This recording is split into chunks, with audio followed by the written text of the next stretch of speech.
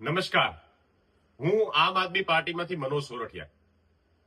આજે આમ આદમી પાર્ટીના અલગ અલગ વિસ્તારોના કાર્યકર્તાઓ, નેતાઓ અને જેમણે હમણાં ઉમેદવાર તરીકે જાહેરાત કરી છે એવા લોકો ઉપર ભારતીય જનતા પાર્ટીએ ખોટા કેસો કરી અને એને જેલમાં નાખવાનું કામ સતત ચાલુ છે.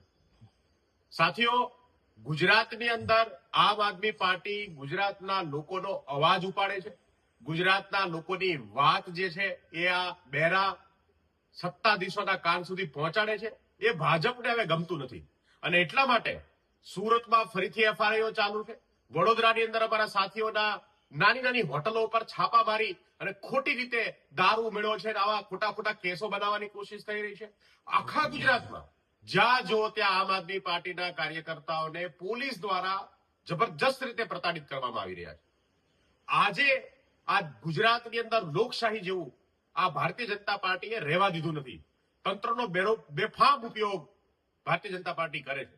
મારે ગુજરાતના લોકોને અને આમ આદમી પાર્ટીના ક્રાંતિકારી સાથીઓને કહેવું છે કે આ સ્થાનિક સ્વરાજની ચૂંટણી, આ આમ આદમી પાર્ટી હવે કોઈ માત્ર પાર્ટી નહીં, આ એક સામાન્ય લડાઈ નહીં, આ આઝાદીની બીજી લડાઈ છે અને ભાજપની આ ગુલામીમાંથી ગુજરાતને મુક્ત કરવાની લડાઈ છે.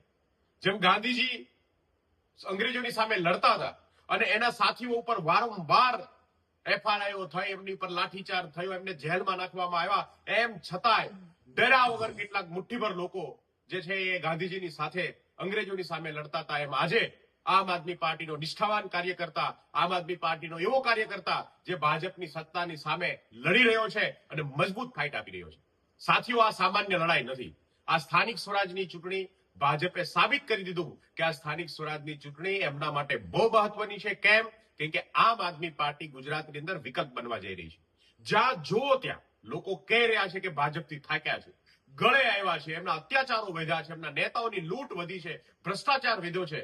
એવા સમયની અંદર ગુજરાતની જનતા વિકલ્પની શોધમાં છે અને ભાજપ સત્તાનો દુરુપયોગ કરી, પોલીસનો દુરુપયોગ કરી ભારતીય જનતા પાર્ટી આજે આમ આદમી પાર્ટીને ખતમ કરવા માટે પ્રયત્ન કરી રહી છે. મારે ગુજરાતની જનતાને અને આમ આદમી પાર્ટીના કાર્યકર્તાને સંદેશ આપવો છે કે ડર્યા વગર આ લોકોના તમામ પ્રકારની લડાઈ જે છે, તમામ પ્રકારના અત્યાચારો છે, એમનો સામનો કરી ડર્યા વગર આ ચૂંટણી આપણે લડવાની છે. તમામ ઉમેદવારો ગુજરાતની અંદર તમામ સીટ ઉપર આમ આદમી પાર્ટીનો નિષ્ઠાવાન ઉમેદવાર ઉભો રહેવાનો છે.